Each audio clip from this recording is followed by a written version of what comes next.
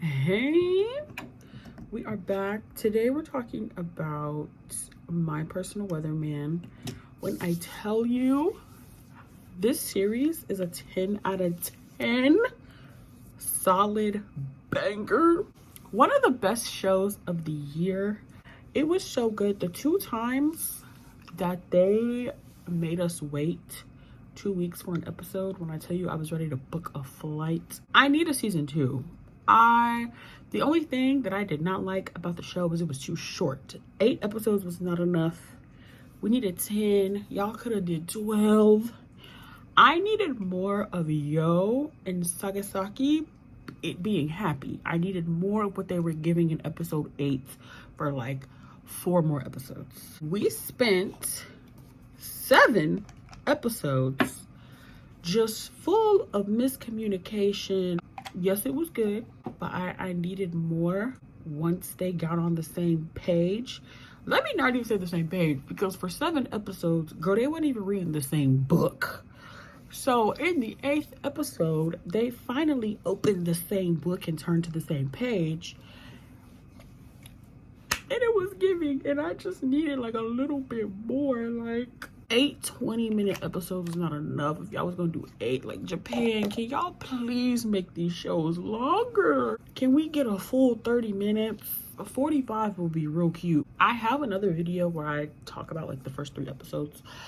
I'm gonna talk about the show as a whole. Yo and Sagasaki-san. Yo is a manga illustrator and writer, and Sagasaki is a weatherman. They live together. Well, Sagasaki thought that they were in a full-blown relationship. Yo did not see that. Yo thought that they were in a transactional relationship. Basically, having everything, all of his needs taken care of, and still able to have like his dream job. He just had to do whatever Sagasaki or Mizuki, whichever name you would like to call, first or last. He just had to do whatever he wanted. So anytime Sagasaki was like affectionate towards him or too nice to him, like Yo was like, girl, what is this? We do not do this. Like, this is not, like, stop treating me like this, because that's gonna make me like you more than I already do. Yo hated that he low-key was in love with Sagasaki, because he wasn't a terrible person. It's just, with most of these shows, all of these shows, they don't never communicate. The whole we can only partake in physical activities when it rains started because Yo takes care of all the housework. So he's the one who did the laundry. So he was always worried about the sheets, because if it rains, obviously he's not gonna be able to dry the sheets. Number 1, why didn't y'all buy a dryer? Number 2, y'all be hanging clothes up on the inside the house when it rains. So why didn't you just hang the sheets up? 3, girl, why didn't y'all just buy more sheets? And y'all got 2 bedrooms. Y'all have 2 beds. Like, I just felt like there was a better way to solve that issue. And Yo did eventually go out and buy sheets, but it's like, I feel like y'all could have been did that, because where we're starting at, they had been in this situation for like 3 years. So it's just like, they didn't start communicating for real until like the last 2 episodes, where Sagasaki was like finally upfront with his feelings, because Sagasaki was very jealous. He got very jealous when Yo would like hang out with and talk to other people. So Yo has, like, I guess you could call her his best friend. She's the only friend we're introduced to, and she has a husband, and Sagasaki was like, yeah, don't get close to her husband, because,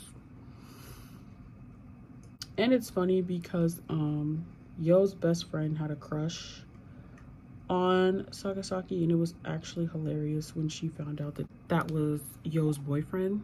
But obviously she was still a supportive bestie. She was like, wow, okay, bestie, I see you. I don't even feel like doing my eyebrows. Anyways, Yo eventually like gets dropped by his publisher, I guess. And so him and, what is her name?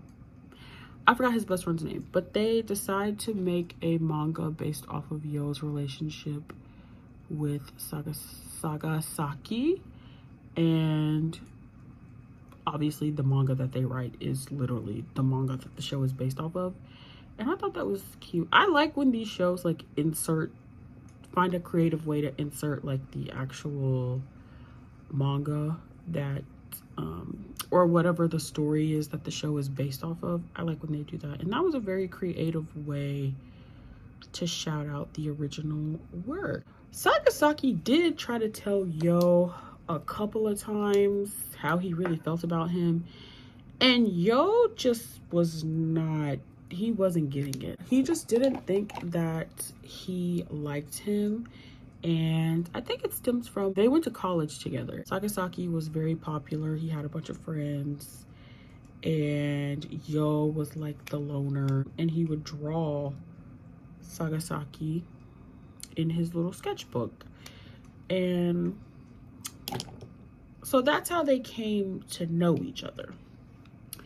And so I guess Yo, and then Sagasaki's job, he's really popular. Everybody loves him. Everybody talks about how handsome he is. And Yo was clearly jealous, but like Yo couldn't really understand like his jealousy or like why he was jealous. Sagasaki was always in a hurry to leave work to get to Yo. Every time he came home, you could tell that like he just wanted to see Yo. And Sagasaki was very needy, very jealous. He always wanted Yo's attention. Like when he was home, he didn't want Yo talking to anybody else. He didn't want Yo leaving the house. Like there was a whole episode where like he made Yo stay home.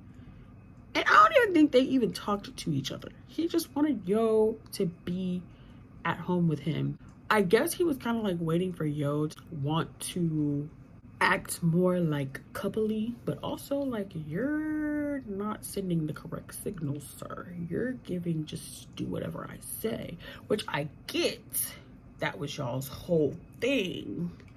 Like it was giving very much dom sub energy. It showed how they needed and wanted each other in different ways, because it was made clear to the audience how they felt about each other.